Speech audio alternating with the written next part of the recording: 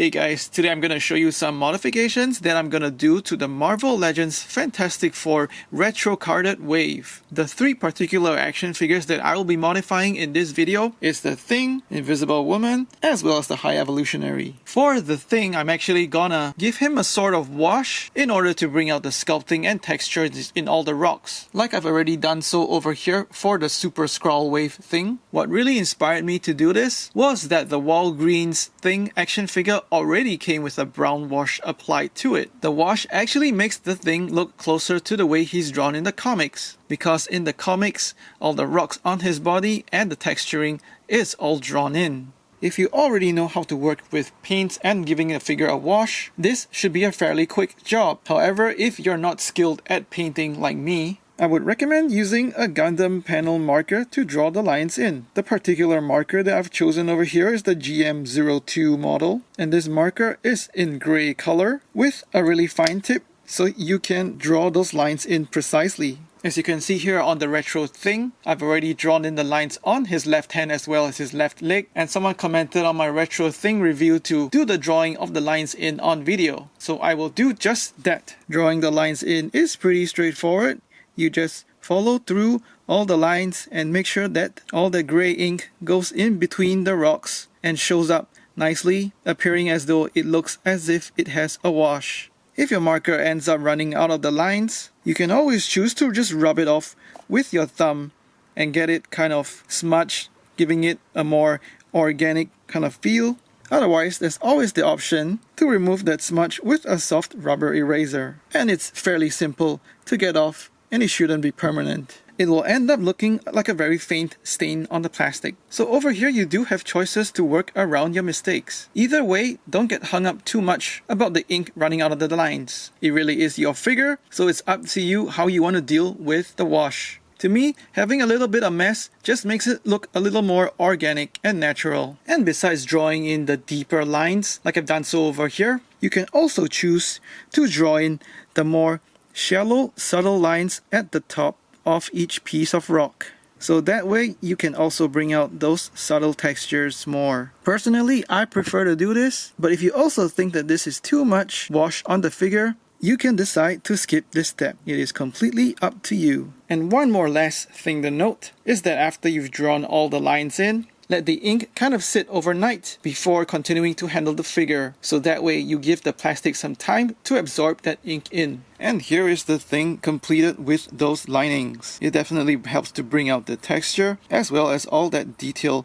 in the rock sculpting, and at least to my eye he looks much more accurate to the comics and actually makes this figure feel more high-end. Here he is with the head sculpt from the Walgreens Thing, which came with a brown wash. The gray wash that I added onto this figure lets me kind of fudge it with that Walgreens head sculpt. So it's great to also have more options for head swaps. Here he is with a head swap from the Super Skrull Wave Thing. Even though the tones of orange in the plastic doesn't actually exactly match up, the lining actually helps to make the difference in the tones of orange less obvious. Now we move on to the Invisible Woman. I'm not a sculptor or a painter, so there's nothing I can do about that head sculpt. But I will show you how to get more range out of her torso articulation, as well as make her arms swappable. The thing about the standard Marvel Legends female body is that they can only bend forward that far, so that's pretty limited. I also want to make her arms swappable, so that she can borrow the lab coat from Moira over here, and have a matching lab coat get up together with Reed on the left. Also, with an upcoming release of a fully invisible woman in that Fantastic Four retro packaging, I also want her arms to be swappable to those invisible arms, so we can get her kind of in a phasing mode. So the main parts that need modification are her upper torso as well as her lower torso. First of all, arch her all the way back, pencil in a mark over here, so that will be the point that you remove the plastic up to in order to get more forward bend, but not have that ball joint exposed when she's bent backwards. So the first thing you gotta do is heat her upper torso up, and then you remove her arms,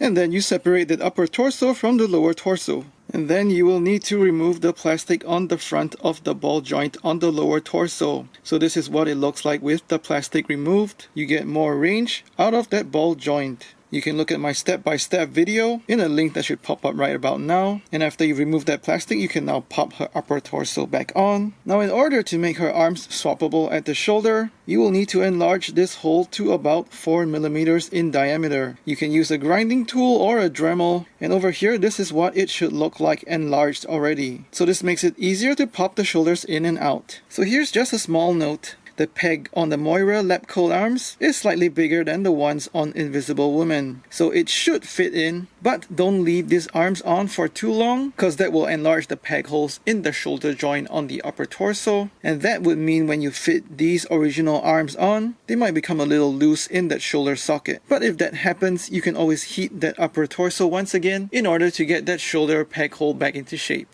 And so here she is with a lab coat to match Mr. Fantastic. They look great together as a couple. And now she has better forward ab crunch range, so you can get her to lean forward more and project her invisible shield. Next up is the High Evolutionary. He's got a pretty limited ball joint at his torso, so there's not much that you can crunch him forward. That's as far as he will go. So now I'm gonna have to modify his torso to get more range out of it. I will actually want to grind off some plastic on the front of that lower torso so that the ball joint can articulate forwards more. But we don't want to grind off too much plastic that it disrupts the sculpt. So first you want to bend him back as far as possible and then mark out in pencil over here on the lower torso. And this marking will be as far as you should be grinding the plastic off in order not to have the whole of the ball joint being exposed as you bend him backward. You can apply heat to that upper torso with a hairdryer or some hot water and popping that upper torso off. Now we see the pencil mark on that lower torso, and this gives you an idea of how much plastic you could remove in order to improve the range in the torso. So I've gone ahead and removed the material from the lower torso, grinding off this much plastic. While you're also removing this plastic, make sure that you also remove the plastic over here on the inside of the joint, directly above the ball joint that goes into that lower torso. So that way you allow the whole peg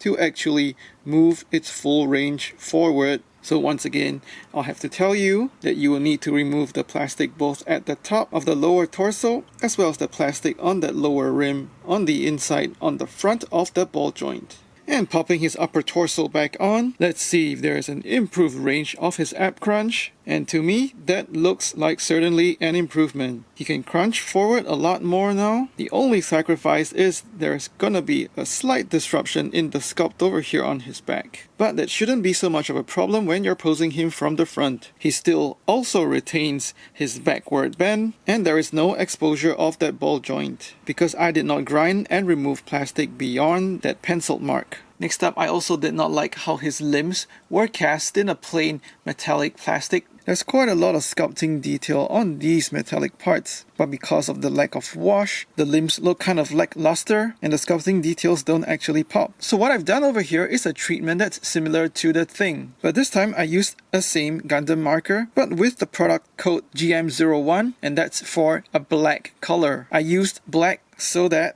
the wash would stand out more against the lighter, shinier, metallic looking plastic. So over here, I've already done up his left leg, and you can see how much the metallic sculpt stands out more against the plain left arm. Likewise, doing a side-by-side comparison between his legs. The black wash actually gives a contrast in the sculpt and makes the lighter silver parts stand out even more, kind of giving it a sort of shine as well. And over here, I will show you just how to do it as well. The lines this time are actually more fine, so you will find yourself kind of goofing up a little more. It's inevitable that the paint will get out of the lines. So what I recommend you to do is to finish up drawing in all the lines, and after that, just clean up the rest of the mess that gets out of the lines. Like over here. To clean it up, just use that soft rubber eraser to remove the stray paint out of those lines. That way, you can make sure that the silver metallic plastic that sticks out above those lines remains clean and retains their metallic look.